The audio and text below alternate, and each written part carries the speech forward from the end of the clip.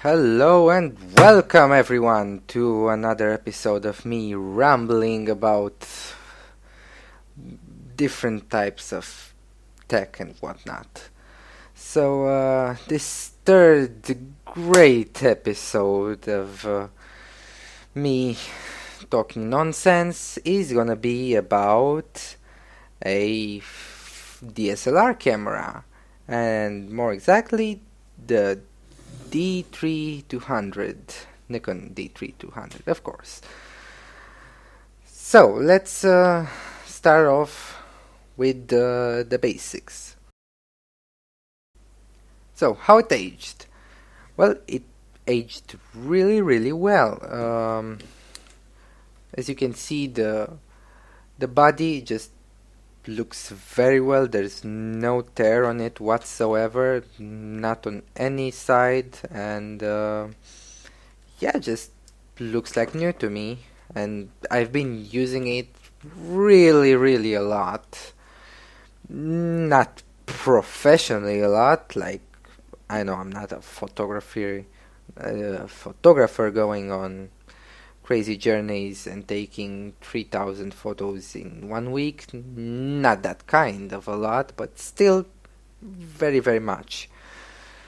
And yeah, it just looks great and it works great. There's not anything at all that I can complain about. Actually, there's the battery, because I've had this Nikon for about 3 years now, which is quite a lot, I'd say.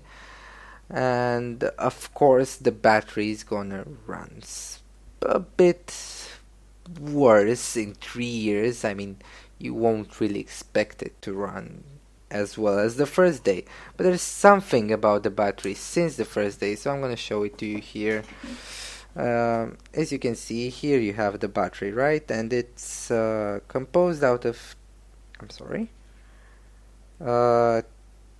three pieces. So 3 pieces, and they show you how it should work, how much battery you have left, right? Well,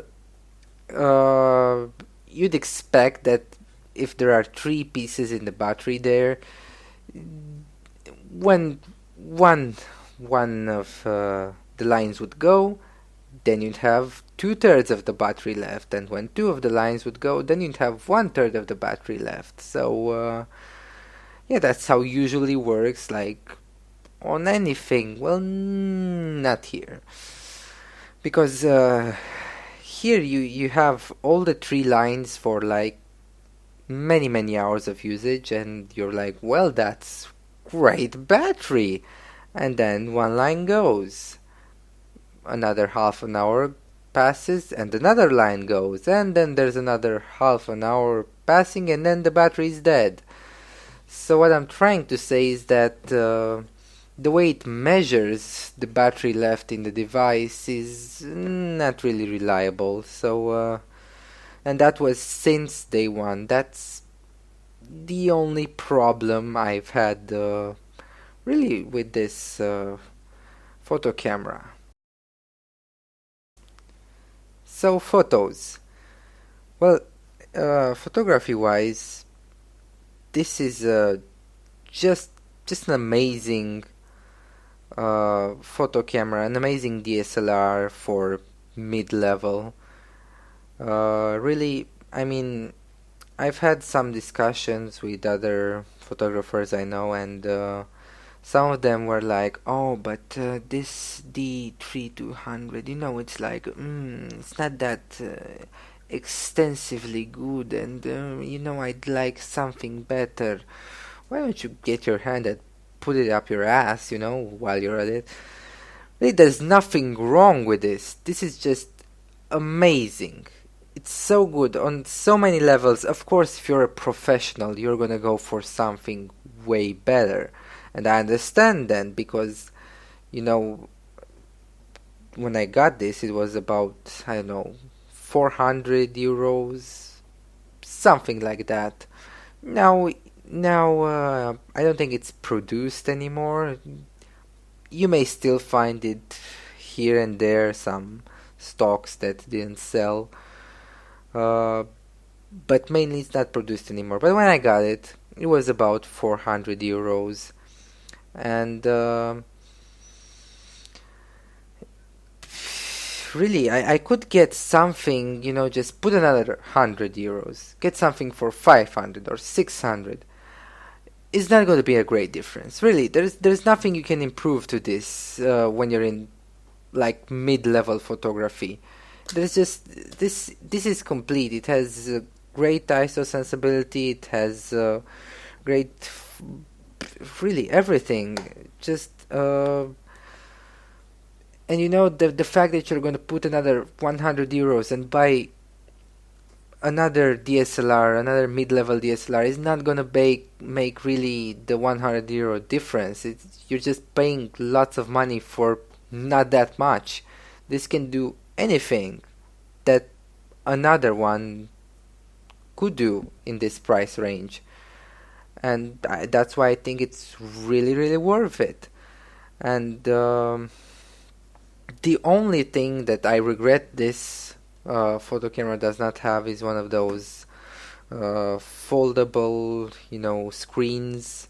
Well, yeah, that's where it kind of, falls a bit short other than some other ones, because you don't really use the screen that much. You use the visor usually, but let's say you want to take a photo like from the ground level, and you're not gonna really lay in the middle of the street on the ground just so you can see through the visor.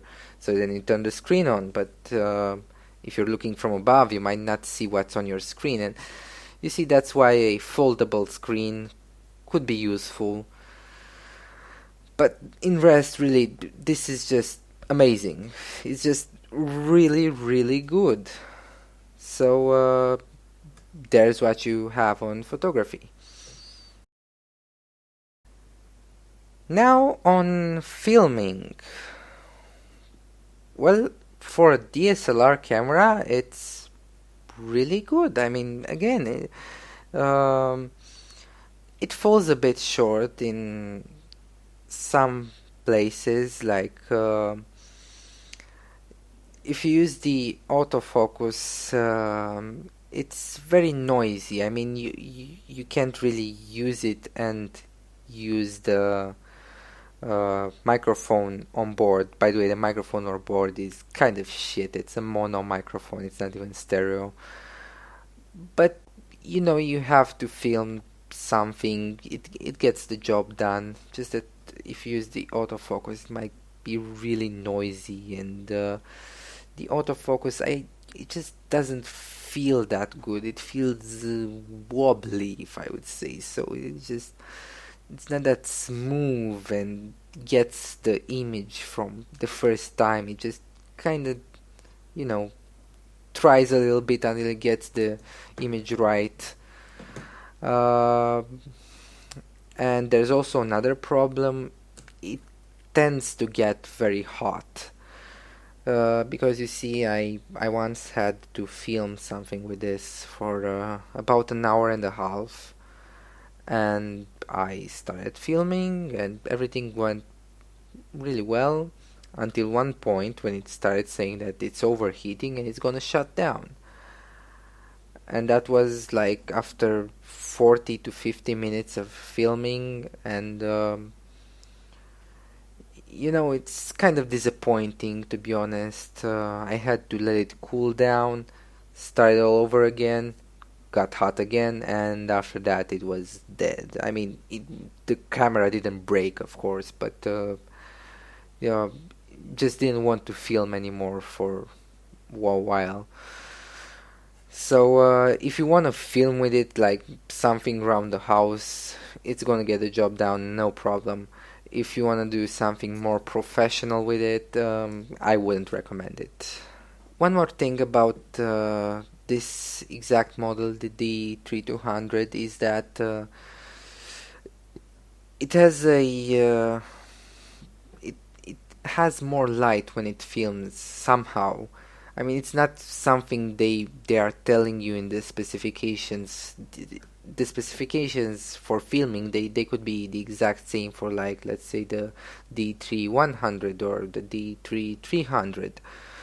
But compared to those, it just is slightly, ever so slightly bit more full of light. Whatever. Yeah, that's it. Anyway, let's move on. So, lenses. Um, Originally I wanted to talk about lenses in a different video, but since I have only two lenses, this one and this Sigma, which I'll talk about a bit later, I'm going to talk about them right now. So this is the kit, the 1855. Really good. I have nothing to say about it. It's smooth, it works really well. It's quite light, and yeah, it's just really well. But I also have this Sigma. Let me just put this aside. It had this, for light. I don't know how it's called in English. Anyway, this Sigma. Well, it's not the best, to say so. It's the 7300 one, 4 point, actually f4. So it's a quite dark lens, but apart from the fact that it's quite dark, there's other problems with it, like the autofocus on it works sometimes it doesn't, which is not something you really want, especially in poor lighting. It tends to not work and you have to focus manually, and that is no problem for a professional, but you see, I mean, it could be even a problem for a professional, because for example, I can focus manually, I don't have any problem with that, but my eyesight is not that great, and a lot of times if I try to focus manually, I end up focusing in the wrong place or something like that, which you don't really want to happen. So you use the autofocus, but then the autofocus sometimes just doesn't work, because I don't know why, but it just doesn't want to work.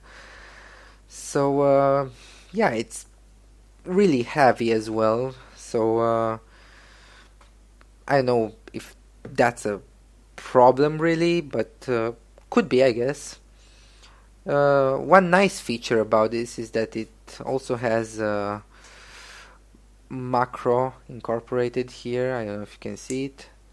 It only works between 200 and 300, but it's a nice feature, and it allows for better focus on macro. Now, would I recommend this one? I don't think I would, really. It's not that great. I mean, it's cheap.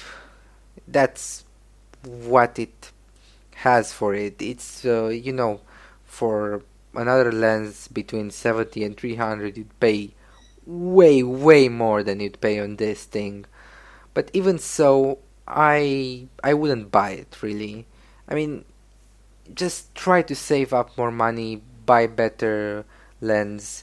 If you really, really can't afford to buy more expensive lens, then I guess they would do the job, really. They're not that bad, but I wouldn't recommend them. So, my personal opinion. Well, apart from these lenses that I'll get out of here, this thing, I would totally recommend it.